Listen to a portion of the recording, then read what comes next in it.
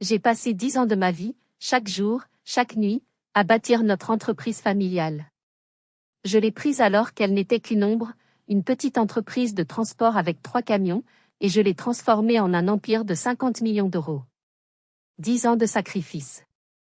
10 ans où j'ai mis ma vie entre parenthèses. Et puis, est arrivé le 60e anniversaire de mon père.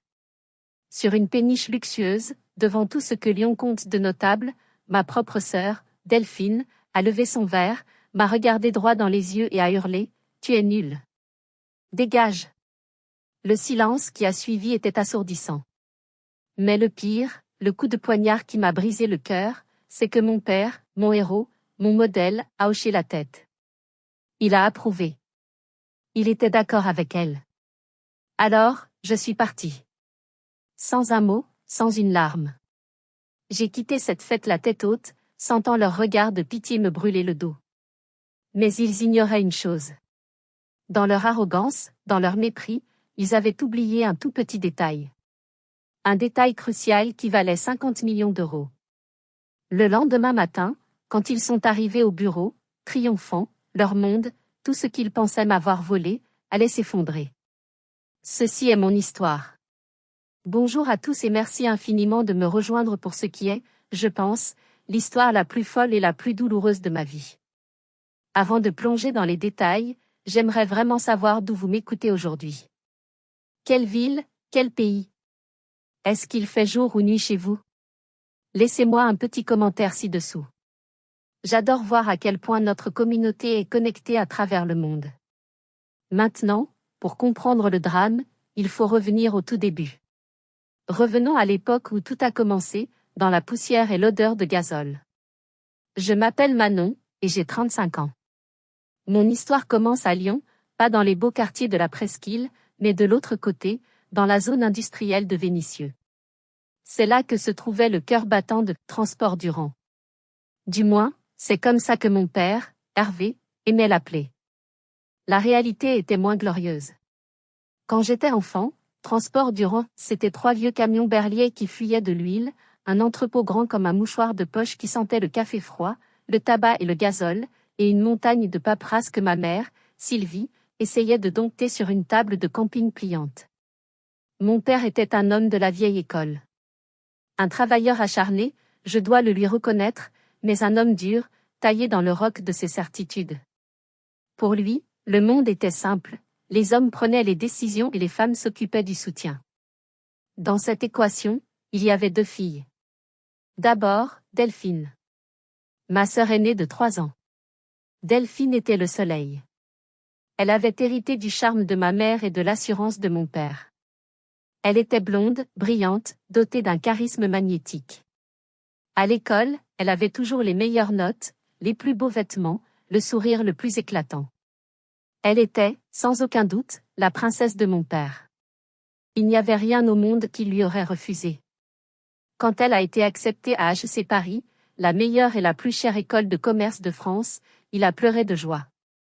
Il a contracté un prêt que nous pouvions à peine nous permettre pour lui payer un appartement chic dans le 16e arrondissement. Elle était destinée à diriger le monde. Et puis, il y avait moi. Manon. La petite mécanicienne dans l'ombre. J'étais la fille silencieuse, brune, qui préférait les ordinateurs aux poupées, les feuilles de calcul aux magazines de mode. Tandis que Delphine apprenait les théories abstraites du management à Paris, je restais à Lyon. J'ai choisi d'aller à l'université locale, en informatique et sciences des données, pour une raison simple, je ne voulais pas que l'entreprise de mon père coule. Chaque soir, chaque week-end, j'étais à l'entrepôt.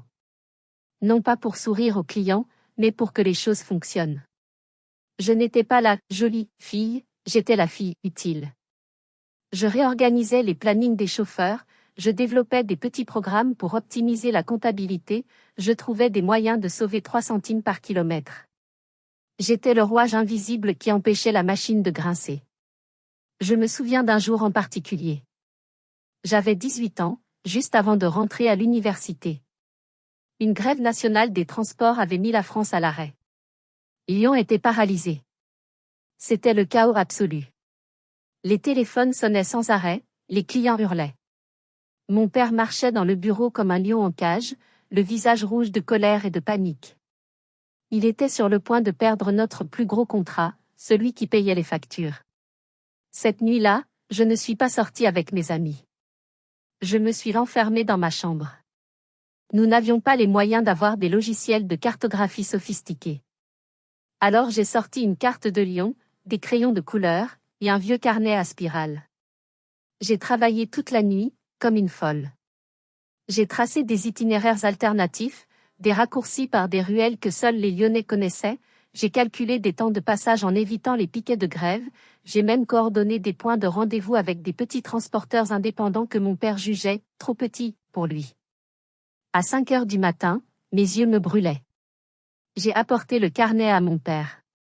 Il était affalé sur son bureau, l'air vaincu. Papa, voilà, lui ai-je dit.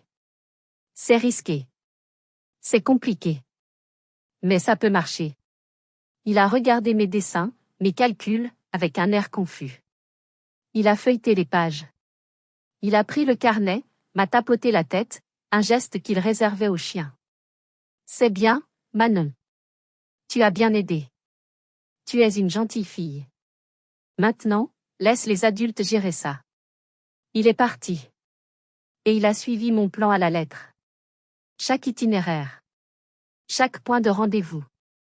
Il a sauvé le contrat. Ce soir-là, il a ouvert une bouteille de champagne. On a réussi, a-t-il proclamé. Il n'a plus jamais mentionné le carnet. Mais moi, je l'ai gardé. Je l'ai glissé au fond d'un tiroir. Je l'ai gardé comme un rappel.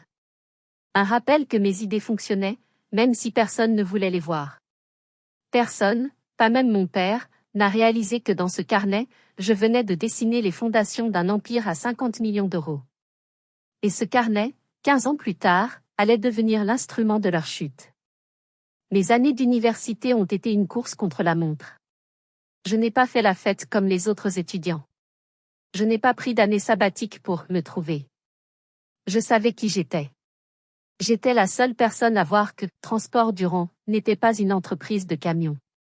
C'était une entreprise de données. Le vrai problème n'était pas les moteurs ou les pneus, c'était l'information. Où est le camion A? Quelle est la cargaison du camion B? Quel est l'itinéraire le plus court pour le camion C, compte tenu du trafic en temps réel sur le périphérique de Lyon? Pendant mon temps libre, entre mes cours sur les algorithmes complexes et les bases de données, j'ai commencé à coder. J'ai transformé ma petite chambre d'étudiante en laboratoire. J'ai passé des nuits entières, nourries de café froid et d'une frustration intense, à construire quelque chose à partir de rien. J'ai appelé mon projet Optilogie.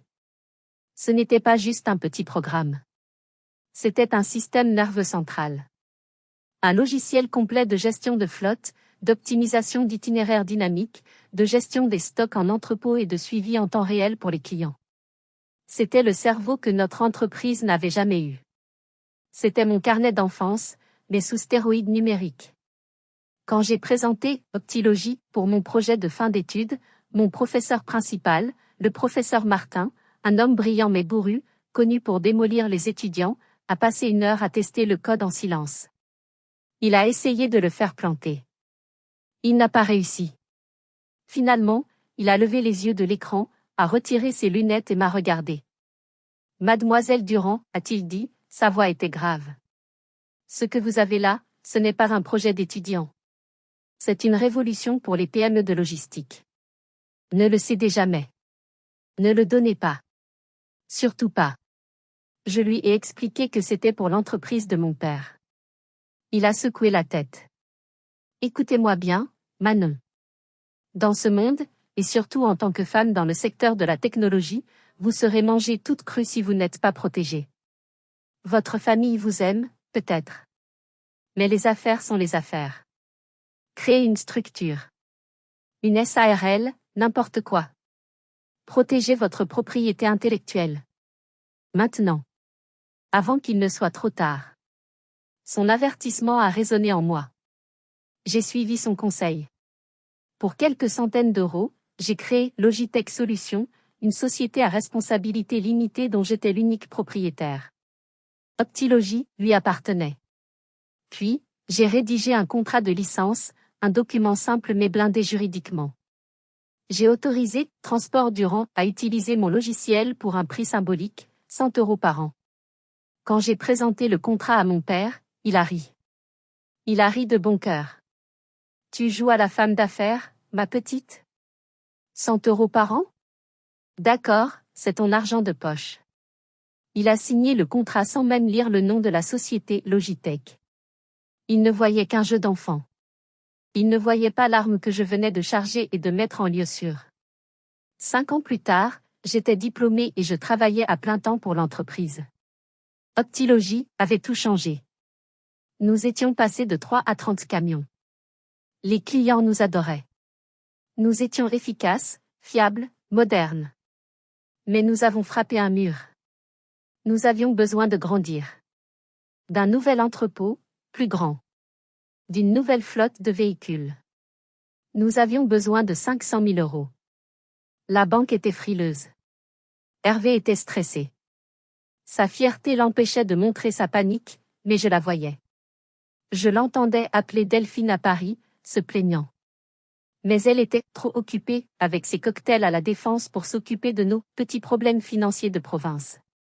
Un soir, j'ai trouvé mon père dans son bureau, la tête entre les mains, regardant les bilans qui viraient au rouge. Papa, ai-je dit doucement. J'ai l'argent. Il m'a regardé comme si j'étais folle. Comment ça? Tu as volé une banque? Non, ai-je répondu. J'ai travaillé. J'ai fait des missions de conseil en freelance les nuits. J'ai économisé chaque centime depuis 6 ans. C'était pour un apport pour un appartement. Mais l'entreprise en a plus besoin. C'était tout ce que j'avais. Il était choqué, mais désespéré. Je ne peux pas accepter, Manon. C'est tes économies. Je ne te le donne pas. Je ne te le prête pas. J'investis. L'entreprise a besoin de 500 000 €. J'ai l'apport. Mais je ne suis pas une enfant. Je veux des parts. Je rachète les 26% de la société dont tu as besoin pour l'apport. Il a accepté. Il était tellement soulagé de ne pas avoir à s'humilier devant un banquier. Bien sûr, Manon. C'est une super idée. C'est de l'argent de la famille, après tout. Nous sommes allés chez le notaire. Il a signé l'acte de cession de parts. Il m'a donné 26% de Transport Durand. Ajouté aux 25% qu'il nous avait donné à Delphine et à moi à notre majorité, j'étais maintenant propriétaire de 51% de l'entreprise familiale. Il a signé, m'a encore tapoté la tête, et a immédiatement oublié la signification légale de cet acte. Pour lui, c'était juste de l'argent de la famille. Pour moi, c'était la clé. J'avais 51% des parts et 100% de la technologie qui faisait tourner la boîte. Mais dans leur esprit, j'étais toujours la petite Manon, la mécanicienne silencieuse. Une erreur d'appréciation fondamentale. Une erreur qui allait leur coûter très, très cher. Les 5 années qui ont suivi ont été une ascension fulgurante. L'entreprise, dopée par mon logiciel et mon investissement, a littéralement explosé. Nous avons dépassé les 10 millions, puis les 20 millions d'euros de chiffre d'affaires. Nous étions devenus un acteur régional incontournable. Les banquiers qui nous méprisaient hier nous déroulaient le tapis rouge. Je vivais, respirais, mangeais, Transport Durand. Mes journées commençaient à 6 heures du matin et finissaient rarement avant minuit. Je gérais les opérations, le développement des nouvelles versions d'Optilogie, je dirigeais les équipes techniques, je négociais avec les fournisseurs. J'étais le cœur et le cerveau de la machine. J'adorais ça. J'adorais voir cette petite entreprise familiale devenir un monstre d'efficacité. Mon père, rassuré et profitant de cette nouvelle richesse, prenait plus de temps libre. Il était le visage public, le patron respecté qui jouait au golf avec les notables de Lyon. Cela me convenait parfaitement. Je n'ai jamais cherché la lumière. Je voulais juste que la machine fonctionne, qu'elle soit parfaite. Et puis, Delphine est revenue. Elle n'est pas revenue discrètement, sur la pointe des pieds. Elle est revenue comme une conquérante romaine, avec tambour et trompette. Elle avait quitté son poste prestigieux dans un fonds d'investissement à Paris. La raison officielle? Le mal du pays. La raison officieuse? La province a du potentiel.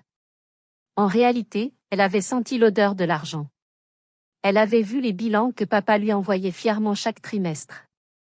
Elle avait réalisé que le petit jeu de camion de son père était devenu une véritable mine d'or. Un dimanche soir, papa a organisé un grand dîner de famille pour célébrer son retour. Ma mère, Sylvie, avait passé la journée à cuisiner son plat préféré, un coq au vin dont l'odeur embaumait toute la maison. Delphine est arrivée avec 2 heures de retard, non pas en TGV, mais avec une voiture de sport qu'elle avait louée. Elle était vêtue d'un tailleur pantalon blanc immaculé qui coûtait probablement plus cher que ma voiture. Son parfum, cher et puissant, a rempli la pièce avant même qu'elle n'ait dit bonjour. Elle a à peine goûté le repas, préférant siroter un verre de vin. Puis, avant le dessert, elle a tapoté son verre avec son couteau. Le son cristallin a fait taire nos conversations. Papa, maman, Manon, a-t-elle commencé, d'un ton qu'elle devait utiliser dans les salles de conseil d'administration de la Défense. J'ai pris le temps d'analyser la situation de transport durant de manière objective. Elle a sorti une tablette. C'est mignon, a-t-elle dit. Vous avez fait du bon travail, Manon. Elle m'a adressé un sourire condescendant, comme on sourit à un enfant qui a réussi un dessin. Mais nous sommes à un tournant. L'entreprise stagne. Je me suis étranglée. Stagne? Delphine, on a fait 30% de croissance l'an dernier. De la croissance de PME, a-t-elle balayé d'un revers de main. Je parle de vraie croissance. Pour passer au niveau supérieur, pour attirer les investisseurs nationaux, pour une éventuelle introduction en bourse, il faut plus qu'un bon logiciel et des camions qui roulent. Il faut une image. Il faut du prestige. Il faut une vision financière que vous n'avez pas. Mon père buvait ses paroles. Ses yeux brillaient d'admiration. Elle a raison, tu sais, dit-il, les yeux brillants. C'est pourquoi, continua Delphine, j'ai décidé de revenir. Pour de bon. Je vais prendre les choses en main. Papa et moi avons discuté longuement. Quoi? Quand?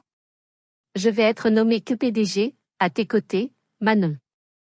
Je serai en charge de la stratégie, des finances et des relations extérieures. J'ai failli m'étouffer. Que PDG? Je me suis tournée vers mon père, le cœur battant. Il m'a souri, un peu gêné, mais visiblement fier de sa décision. Manon, tu comprends, tu es le moteur. Tu es la meilleure pour ça. Mais Delphine? Delphine, c'est le châssis, c'est la carrosserie. Elle est belle, elle parle bien. Elle a fait HEC. Tu comprends ce que ça représente à Lyon? C'est le prestige. Les grandes banques, les gros clients, ils veulent parler à quelqu'un comme elle, quelqu'un qui parle leur langue. C'était un coup de poignard. Un coup de poignard en plein cœur. En une phrase, 10 ans de mon travail, de mes sacrifices, venaient d'être réduits à un simple rôle technique, sale, invisible. J'étais le moteur, enterré sous le capot, pendant qu'elle serait le châssis brillant, admiré de tous. Tu t'occuperas des opérations, Manon, ajouta Delphine, comme si elle me faisait une faveur royale. Ne t'inquiète pas pour les choses compliquées. Je gère. J'ai regardé ma mère. Elle regardait son assiette de coq au vin refroidi. Elle détestait les conflits. Elle n'a rien dit. J'étais seule. Totalement seule. J'ai ravalé ma fierté. J'ai ravalé ma colère. J'ai ravalé mon humiliation. J'ai souri. J'ai hoché la tête.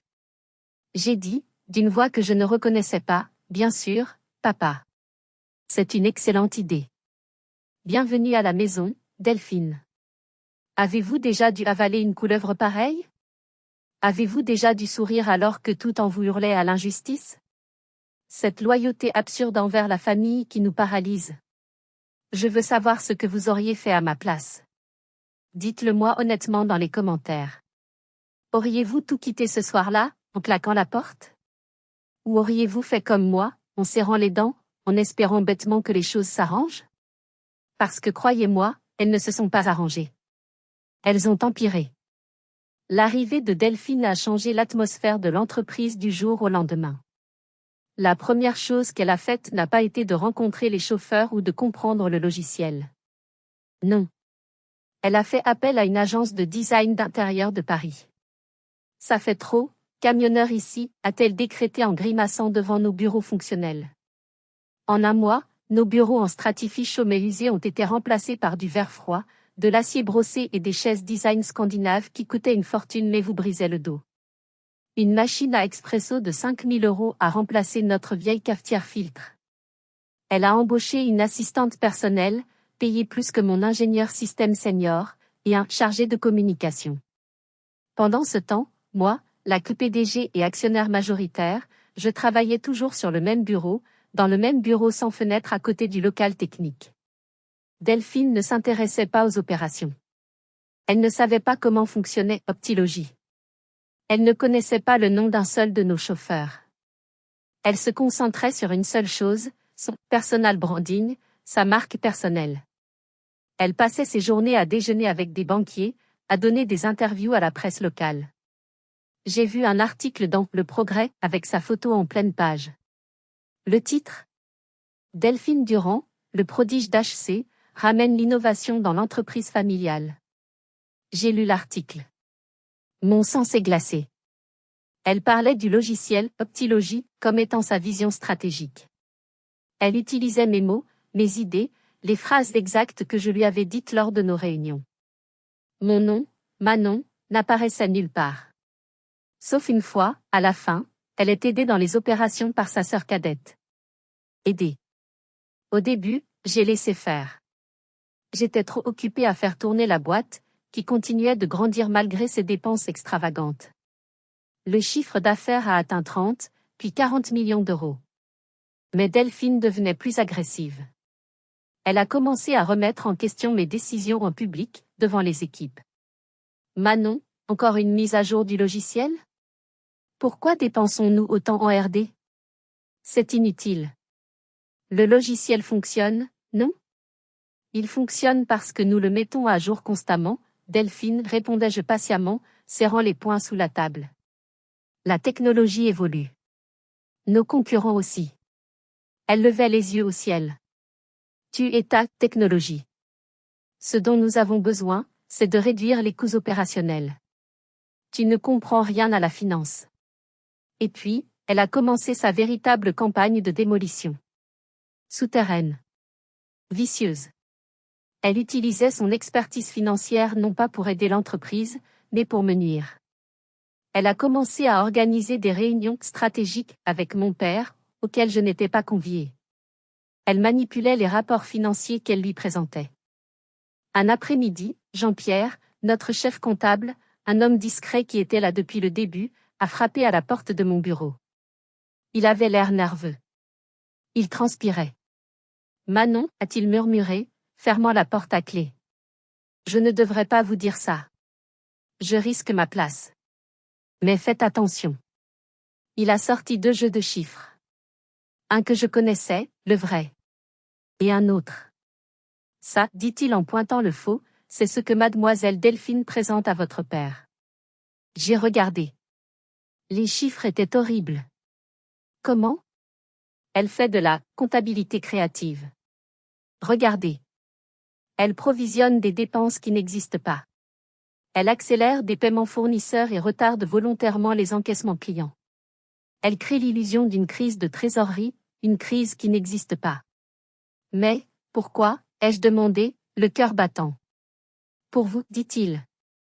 Regardez cette ligne. Provision pour risque technologique. Elle a créé cette ligne le mois dernier. C'est vous.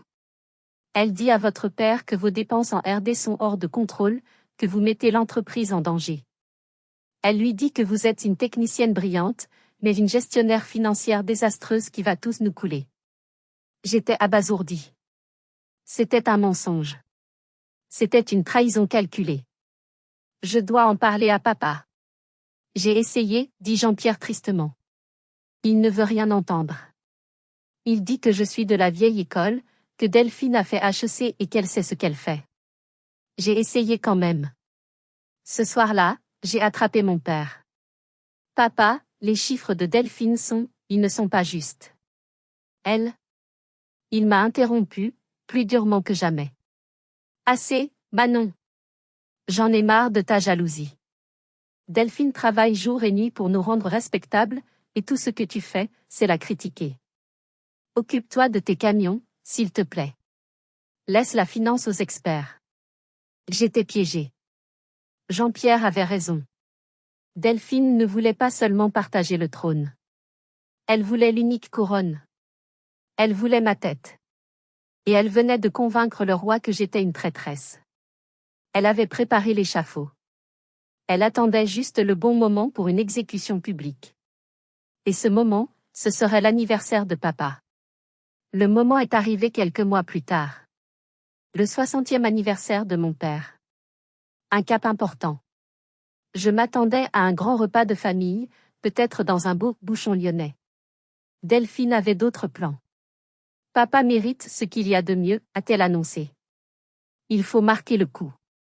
Je m'occupe de tout. Elle n'a pas organisé un dîner de famille. Elle a privatisé l'une des plus luxueuses péniches de Lyon pour une soirée de gala sur la Saône. Elle a invité tout le gratin lyonnais. Je ne parlais pas de nos amis, ni de notre famille éloignée. Je parlais de nos banquiers, de nos plus gros clients, du maire adjoint, des journalistes économiques. C'était moins une fête d'anniversaire qu'une démonstration de pouvoir. Sa démonstration de pouvoir. Quand je suis arrivée ce soir-là, mon estomac s'est noué.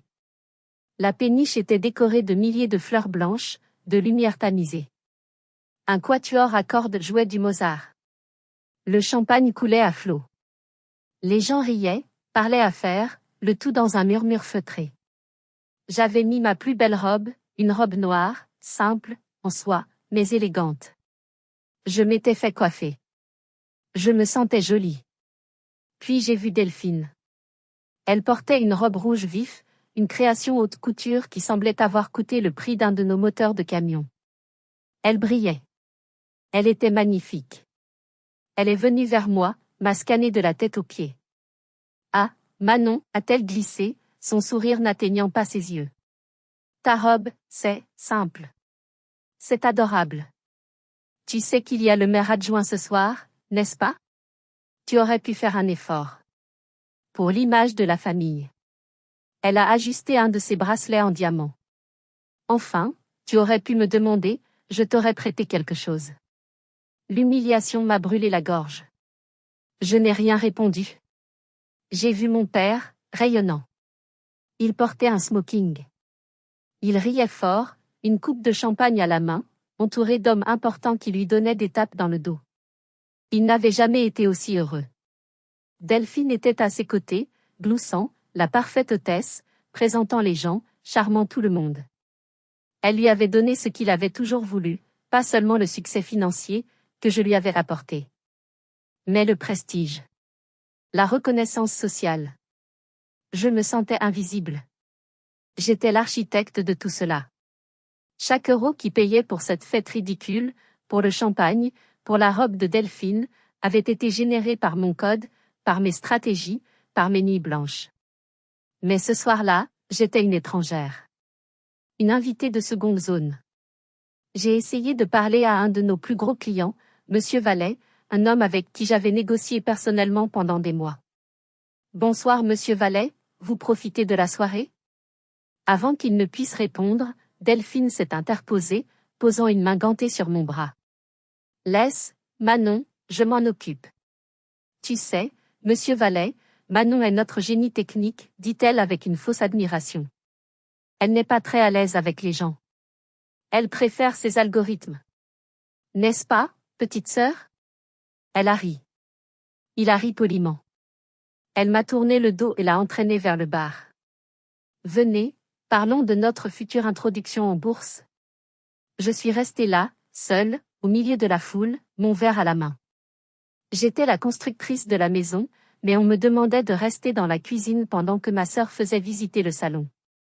Je me suis réfugiée sur le pont arrière. Il faisait froid. L'air était humide. Je regardais les lumières de la colline de Fourvière se refléter sur l'eau sombre de la Saône. J'ai pensé à partir. J'aurais dû partir à ce moment-là. Mais une partie de moi, la petite fille loyale qui voulait juste que son père soit fier, voulait encore croire que c'était ma famille. Puis, la musique du quatuor s'est arrêtée. Un léger Larsen. La voix de Delphine a pris le relais, amplifiée par les haut-parleurs. Mes chers amis, chers partenaires, cher papa, si je pouvais avoir votre attention. Je suis rentrée à l'intérieur, juste à temps. Je pensais que c'était pour le discours d'anniversaire, pour le gâteau. Je me trompais lourdement. Ce n'était pas pour un gâteau. C'était pour mon avis de décès professionnel. Le silence s'est fait sur la péniche. Tous les visages, éclairés par la lueur chaude des chandeliers, étaient tournés vers Delphine. Elle se tenait sur une petite estrade, à côté de mon père. Elle rayonnait. Nous sommes ici ce soir, a-t-elle commencé, sa voix pleine d'une émotion parfaitement maîtrisée, pour célébrer un homme incroyable. Un homme qui incarne l'esprit de lion. Mon père, Hervé Durand. Des applaudissements polis. Mon père a bombé le torse. Un visionnaire qui a construit Transport Durand à partir de rien, avec ses mains et sa volonté. J'ai serré les dents si fort que j'ai cru qu'elles allaient se briser. Lui et moi. J'avais construit cette entreprise avec lui. Non, j'avais construit cette entreprise pour lui. Mais, a-t-elle continué, et son ton a changé. Il est devenu plus sérieux, plus grave. Un grand leader, un vrai visionnaire, c'est quand il est temps de changer.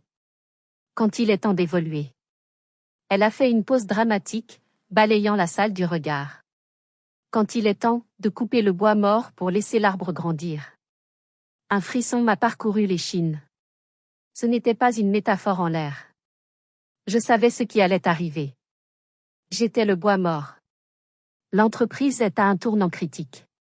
Grâce à la nouvelle stratégie financière que j'ai mise en place, le mensonge était tellement énorme, nous visons une valorisation à 100 millions d'euros. Mais pour cela, nous ne pouvons plus être freinés par des idées dépassées, par une gestion, disons, artisanale et des dépenses incontrôlées. Elle a tourné la tête. Ses yeux ont trouvé les miens. Elle m'a fixé. Dans la salle comble. Devant nos clients. Devant nos banquiers. Devant le maire adjoint. Devant tout ce que Lyon comptait d'important. Manon, a-t-elle dit. Mon nom est sorti de sa bouche comme une insulte. Ma petite sœur. Elle a eu un petit rire condescendant. Elle a été adéquate. Adéquate. Le mot m'a frappé comme une gifle en plein visage. 10 ans de ma vie. 80 heures par semaine. 50 millions d'euros de valeur. Réduit à adéquate. Elle a maintenu les systèmes, a-t-elle poursuivi, sa voix dégoulinant d'une fausse pitié. Elle a fait ce qu'elle pouvait avec ses compétences techniques. Mais pour l'avenir, pour la vraie croissance, il faut une vision qu'elle n'a pas. Il faut une expertise financière qu'elle n'a pas. Il faut une éducation qu'elle n'a pas. La salle était pétrifiée. Ce n'était plus une fête.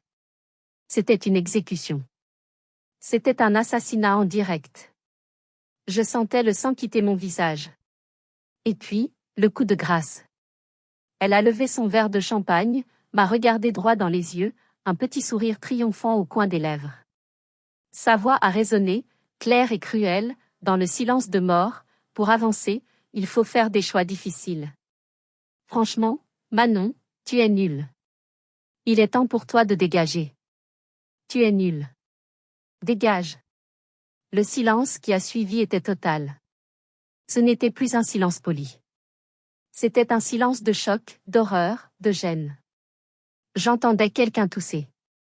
J'entendais la respiration de Delphine dans le micro. 200 pères Dieu se sont tournés vers moi. Mon premier réflexe a été de chercher mon père. J'attendais. Je priais. Je priais pour qu'il se lève, qu'il prenne le micro et qu'il dise « Delphine, ça suffit. Tu es folle. Comment oses-tu parler comme ça à ta sœur ?» Il n'a pas bougé. Il n'a pas semblé choqué. Il n'a pas semblé surpris. Il a regardé Delphine. Et il a souri. Un petit sourire fier. Et il a hoché la tête. Il a hoché la tête. Il l'a approuvé. Il était complice. C'était planifié. C'était la première lame, en plein cœur. Puis mon regard a glissé vers ma mère. Elle était assise à une table, à 2 mètres de moi. Elle fixait son assiette de dessert à moitié mangée comme si c'était l'objet le plus fascinant du monde. Sa main, celle qui tenait sa serviette en tissu, tremblait. Elle tremblait si fort qu'elle faisait bouger la table. Mais elle n'a pas levé les yeux. Elle n'a rien dit. Elle m'a abandonné. C'était la 2e lame. Tout s'est brisé en moi. La loyauté. L'amour. L'espoir. Tout a disparu. Il ne restait qu'un vide froid, immense. Je n'ai pas pleuré. Je n'ai pas crié. Ma fierté était la seule chose qu'il me restait. Lentement, j'ai posé mon verre. Je me suis levée. J'ai senti le poids de chaque regard. J'ai marché. Non pas vers la sortie. Vers la table d'honneur. Je me suis arrêtée devant mon père. Il m'a regardé, l'air surpris, presque agacé par mon interruption. J'ai plongé la main dans mon sac à main. J'en ai sorti quelque chose. Ce n'était pas le cadeau cher que j'avais acheté. C'était le vieux carnet à spirale de mes 18 ans. Celui avec les itinéraires de la grève. Je l'ai posé sur son assiette, à côté du homard. Le son du carnet heurtant la porcelaine a résonné. Bon anniversaire, papa, ai-je dit. Ma voix était calme, mais elle portait dans le silence. Puis j'ai fait demi-tour. J'ai traversé la salle, la tête haute. Le son de mes talons sur le parquet était le seul bruit. Clac, clac, clac. J'ai descendu la passerelle, j'ai quitté la péniche et j'ai marché dans la nuit lyonnaise, sans me retourner. Je suis rentré chez moi. Mon appartement surplombait la Saône. Ironiquement, en regardant par la fenêtre, je pouvais voir la péniche illuminée, ce bateau de fête et de mensonges, dériver lentement vers le sud. La musique reprenait. Il continuait la fête. Il célébrait mon départ. J'ai fermé les rideaux. J'ai verrouillé la porte à double tour. Et là, dans l'obscurité de mon entrée, je me suis effondrée. Je n'ai pas pleuré. J'ai hurlé. Un cri silencieux, un cri qui vient du plus profond de l'âme, celui qui ne fait pas de bruit mais qui vous déchire de l'intérieur. Je me suis assise par terre, le dos contre la porte, et j'ai laissé la douleur m'envahir. Je pleurais pour ma famille perdue. Je pleurais pour le père qui m'avait trahi. Pour la mère qui m'avait abandonné. Pour la sœur qui m'avait exécuté. J'avais passé ma vie entière à essayer de gagner leur amour, leur respect. J'avais construit un empire pour eux. Et en une soirée, j'avais eu la confirmation brutale que je n'étais rien. J'étais nulle. J'étais adéquate. Je suis restée là, par terre, dans le noir, pendant peut-être 1 heure. Je sentais le froid du carrelage à travers ma robe. Et puis, quelque chose a changé. Le chagrin, brûlant, a commencé à reculer. Il a été remplacé par quelque chose d'autre. Quelque chose de froid. De dur. De très, très clair. C'était de la colère. Mais ce n'était pas une colère chaude, impulsive, celle qui vous fait jeter des objets. Non. C'était une colère froide, analytique. La colère d'une ingénieure. La colère de quelqu'un qui voit un système cassé et qui doit le réparer. Un ingénieur ne pleure pas. Un ingénieur analyse. Et résout. Il m'avait appelé nul. Il m'avait dit de dégager. Très bien. J'allais leur montrer ce que nul pouvait faire. Je me suis levée. J'ai lavé mon visage. J'ai fait du café. Fort. J'ai enfilé un vieux sweatshirt. Je suis allée dans mon bureau. J'ai allumé mon ordinateur. L'horloge affichait 23h30. La fête devait battre son plein. Il devait être en train de porter des toasts à leur nouvelle ère. À 1h du matin, j'ai appelé mon avocat sur sa ligne d'urgence. Il a répondu, la voix pâteuse de sommeil. Maître Dubois? C'est Manon Durand. Je vous réveille. J'en suis désolée, mais c'est une urgence absolue. Manon? Il est 1h du matin. Qu'est-ce qui? Je me fiche de l'heure, ai-je coupé, ma voix était si tranchante que je ne la reconnaissais pas. J'ai besoin de 2 choses, et j'en ai besoin maintenant. Premièrement, une confirmation légale de ma position d'actionnaire majoritaire à 51% de Transport Durand suite au rachat de parts de 2018. Deuxièmement, une copie exécutoire du contrat de licence entre Logitech Solutions et Transport Durand, en particulier la clause 12.b. La clause de résiliation. Oui, maintenant. Envoyez-les-moi par email sécurisé. Il a compris à mon ton que ce n'était pas une blague. À 2 heures du matin, j'ai appelé Jean-Pierre, le chef comptable. Il a répondu à la première sonnerie. Ils l'ont fait, n'est-ce pas? Ce fut la première chose qu'il dit. Il avait deviné. Oui, Jean-Pierre. C'était public. C'était brutal. Il y eut un long silence. J'ai travaillé 30 ans pour votre père, Manon. C'est un homme bien, mais il est aveugle. Jean-Pierre, ai-je dit. C'est le moment. Vous êtes avec moi ou avec eux? Je suis avec la justice, Manon. Et vous êtes la justice. J'attendais votre appel. Les vrais chiffres, les bilans non falsifiés, sont sur un disque dur crypté chez moi. Je vous les apporte demain matin. Non, ai-je dit. J'en ai besoin maintenant. 1 heure plus tard, il me les envoyait via un transfert sécurisé. À 3 heures du matin, j'avais tout. Les documents légaux. Les vrais chiffres, qui montraient une santé financière éclatante, à l'opposé des mensonges de Delphine. La liste de paie, qui montrait que mes 10 meilleurs développeurs, le cœur d'Optilogie, étaient tous secrètement salariés de ma société, Logitech, et simplement prêtés à Transport Durand. Une petite précaution que j'avais prise quand Delphine était revenue. J'ai commencé à rédiger un email. Un email poli, professionnel, et absolument dévastateur. L'objet était simple, changement de direction et mon départ. Je l'ai adressé à nos 20 plus gros clients. Des clients que j'avais personnellement démarchés, dont je connaissais les enfants et les dates d'anniversaire. Je leur annonçais, avec un profond regret, que suite à des différences stratégiques irréconciliables, et ayant été démise de mes fonctions, je quittais l'entreprise. Je l'ai aussi envoyé à mes 10 développeurs clés. À 5 heures du matin, tout était prêt. J'ai appuyé sur « Envoyer ». J'ai regardé le soleil se lever sur Lyon.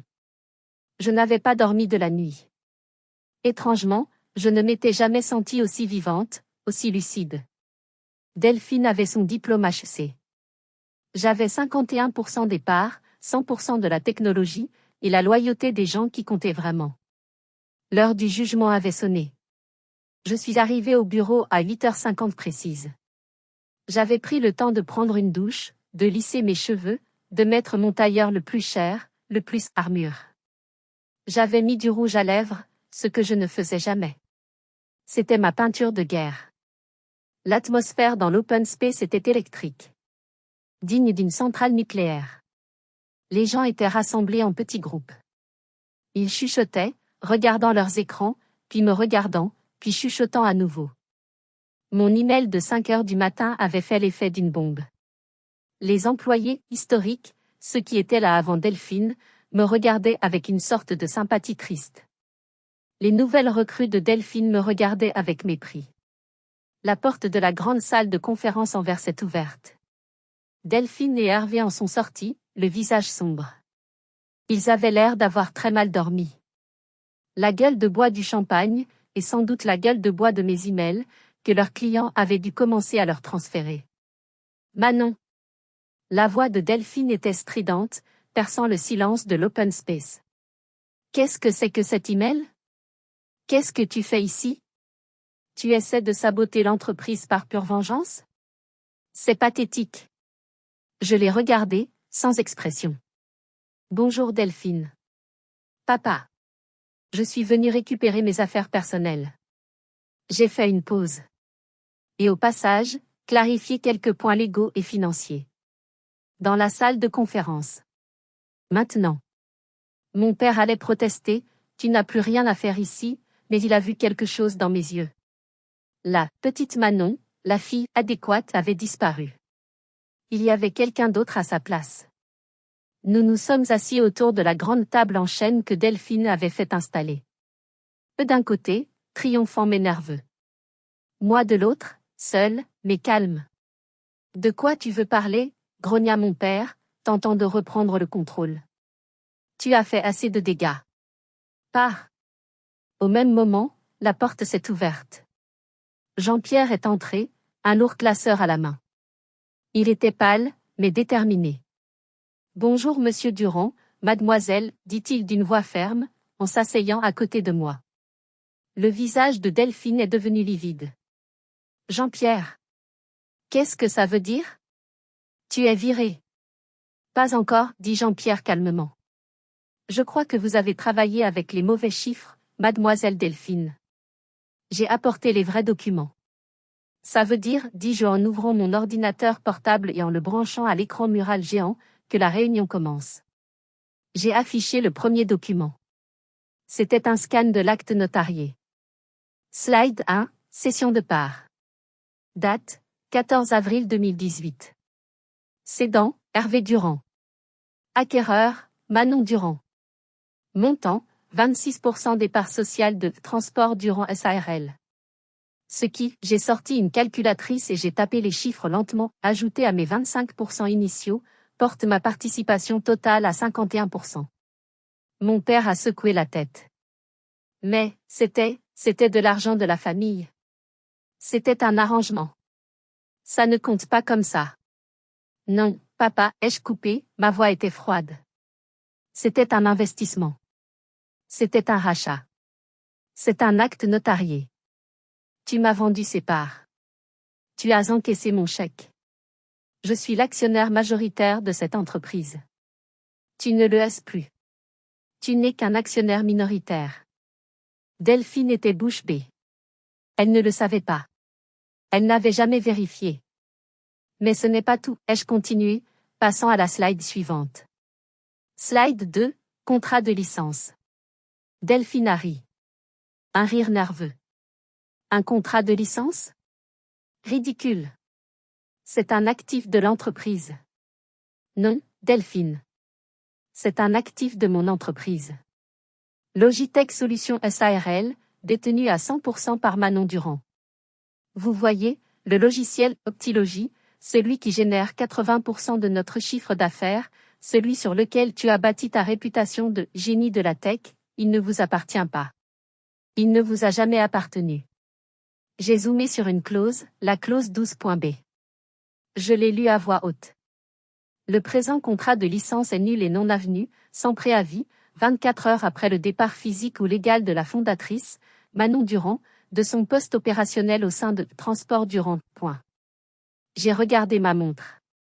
Mon départ opérationnel a été publiquement annoncé par toi, Delphine, hier soir, à 22 heures. Il est 9h02. Le contrat est terminé. Le silence dans la salle était si lourd qu'on aurait pu le couper au couteau. Les visages de mon père et de ma sœur se sont décomposés. Delphine, la diplômée d'HC, a compris la première. Elle a compris la portée de la catastrophe. Tu ne peux pas. Je peux, ai-je dit. 50 millions d'euros de valorisation. 80% de ça vient de mon logiciel. Et vous venez de perdre le droit de l'utiliser. À partir de cet instant, chaque camion qui roule avec mon logiciel le fait en violation de la propriété intellectuelle. Je n'avais pas encore terminé. J'avais une offre à leur faire. Au moment précis où j'ai prononcé le mot « violation », le téléphone de Delphine, posé sur la table, a commencé à vibrer. Puis à vibrer encore. Et encore. BZZZT, BZZZT, BZZZT. Ce n'était pas un appel. C'était une avalanche d'emails qui arrivait. Elle l'a regardé, ses yeux s'écarquillant d'horreur. Elle a ouvert le premier. Qu'est-ce que... Les clients. Valet. Dubois. Qu'est-ce que tu leur as dit? Ils résilient leur contrat. Tous. Je leur ai dit la vérité, ai-je répondu froidement. Je leur ai dit que je partais. Et comme tu le sais, Delphine, ils étaient clients de Optilogy, pas de Transport Durand. Ils achetaient une solution technologique, pas des camions. Et ils étaient mes clients. Je leur ai juste fait savoir que je n'étais plus là pour garantir le service. Ils ont fait leur choix. Je me suis levée. J'ai joint mes mains dans mon dos. J'ai marché lentement devant l'écran. Je dominais la salle. Alors, voici où nous en sommes. Et voici vos deux options. Écoutez attentivement. Parce que je ne les répéterai pas. Je me suis tourné vers eux. Option 1, je pars. Je garde mes 51% de part. Je garde Logitech et mon logiciel. Je garde mes développeurs, qui sont déjà, à l'heure où je vous parle, en train de transférer leur bureau dans de nouveaux locaux que j'ai loués ce matin. Je garde les clients, qui me suivent. Il vous reste quoi? J'ai fait une pause. Il vous reste 49% d'une coquille vide. Des murs. Des chaises design qui coûtent une fortune. 3 vieux camions qui fuient. Un entrepôt bientôt vide. Et, ah oui, j'ai regardé Delphine, les dettes que tu as créées avec tes rénovations, tes frais de communication et ta comptabilité créative. Jean-Pierre m'a tout montré. Vous serez en faillite avant la fin du mois. Le visage de mon père est devenu gris. Il comprenait l'ampleur du désastre. Il a mis sa tête dans ses mains. Option 2, ai-je continué, ma voix ne tremblant pas, vous démissionnez. Tous les deux. De tous vos mandats. De toutes vos fonctions. Maintenant. Vous me cédez la direction totale et unique de l'entreprise. Et quoi, cracha Delphine. Tu prends tout? Non, ai-je dit. Je ne suis pas toi. Vous restez actionnaire silencieux à 49%. Je vous garantis que je ne pillerai pas la boîte, et je vous verserai des dividendes quand ce sera possible. Votre nom restera sur la porte, papa. Pour ton honneur. Mais vous n'aurez plus jamais le droit de mettre les pieds dans ce bureau sans mon autorisation. Et toi, grogna Delphine, ses yeux pleins de haine. Qu'est-ce qu'on fait de toi? J'ai eu un petit sourire. Moi? Je te fais une faveur, Delphine. Je te rédige une superbe lettre de recommandation, vantant tes mérites en stratégie de marque et en communication de crise. Je t'offre une prime de départ généreuse pour tes bons et loyaux services. Et tu t'en vas. Tu retournes à Paris. Ou à Dubaï. Ou n'importe où, mais loin de Lyon. Tu as 24 heures pour vider ton bureau. Ce fut l'explosion. L'arrogance d'HC a volé en éclats. Tu es une vipère. Une sorcière, hurla-t-elle, se levant si violemment que sa chaise design a basculé et s'est écrasée sur le sol. Elle a attrapé une agrafeuse sur la table et l'a jetée dans ma direction. Je n'ai pas bougé. L'agrafeuse a frappé l'écran derrière moi. Tu as planifié ça depuis des années. L'IP, les 51%. Tu nous as piégés. Tu es diabolique. Non, ai-je répondu, ma voix tranchante comme une lame. Je n'ai rien planifié. J'ai été intelligente. J'ai protégé mon travail quand j'étais étudiante, parce qu'un professeur m'a dit de le faire. J'ai investi mon propre argent quand l'entreprise avait besoin de moi et que tu étais trop occupé à faire la fête à Paris. Je n'ai fait que me protéger. J'ai fait un pas vers elle. J'ai planifié cette réunion? Absolument. Je l'ai planifiée cette nuit, pendant que tu dormais. Tu m'as donné toute la motivation dont j'avais besoin hier soir. Quand tu m'as appelé, nul, devant 200 personnes. Je vais te poursuivre, cria-t-elle, en larmes de rage. Vas-y, ai-je dit. Poursuis-moi.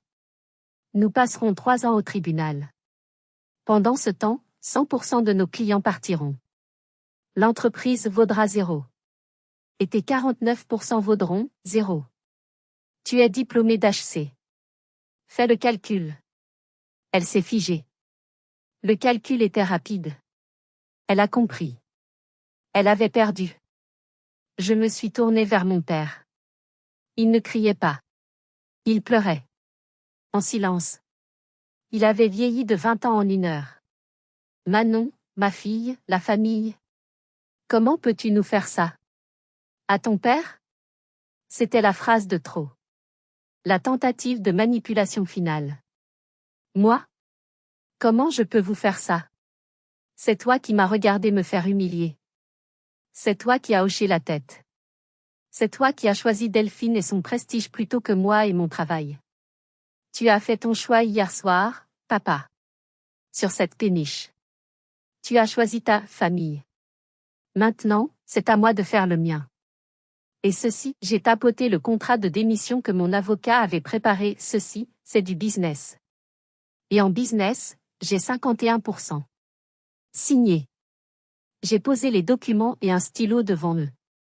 Hervé a regardé Delphine, puis moi. Sa main tremblait. Il a pris le stylo. Une larme a coulé sur sa joue et s'est écrasée sur le papier. Il a signé sa démission. Delphine, secouée de sanglots de rage, a arraché le stylo. Elle a signé si fort qu'elle a presque cassé la pointe. C'était fini. Ce jour-là, j'ai repris possession de ce qui m'appartenait. Le nettoyage a été long et difficile. Non pas financièrement, mais émotionnellement. Delphine est partie, comme convenu. Elle a vidé son bureau en moins de 24 heures, non sans avoir tenté de voler quelques dossiers clients, mais Jean-Pierre veillait au grain et l'a arrêtée à la sortie. Elle est repartie à Paris le soir même. Mon père est rentré chez lui et n'en est plus sorti pendant des mois. Il s'est enfermé dans son bureau, refusant de voir qui que ce soit. L'entreprise, elle, a survécu. Bien sûr qu'elle a survécu. J'ai rappelé chaque client, un par un. Je leur ai expliqué la situation, honnêtement. Je leur ai garanti la continuité du service. 90% d'entre eux sont restés. J'ai rebaptisé l'entreprise. Transport Durand est devenu Logitech Durand. Pour honorer le passé, les camions de mon père, mais pour se tourner vers l'avenir. Mon avenir. 1 an plus tard, libérée du poids mort des dépenses extravagantes de Delphine et de sa stratégie d'image, la société était plus saine et plus rentable que jamais. La valorisation a grimpé à 80 millions d'euros. Les relations familiales, elles, sont plus compliquées que les affaires.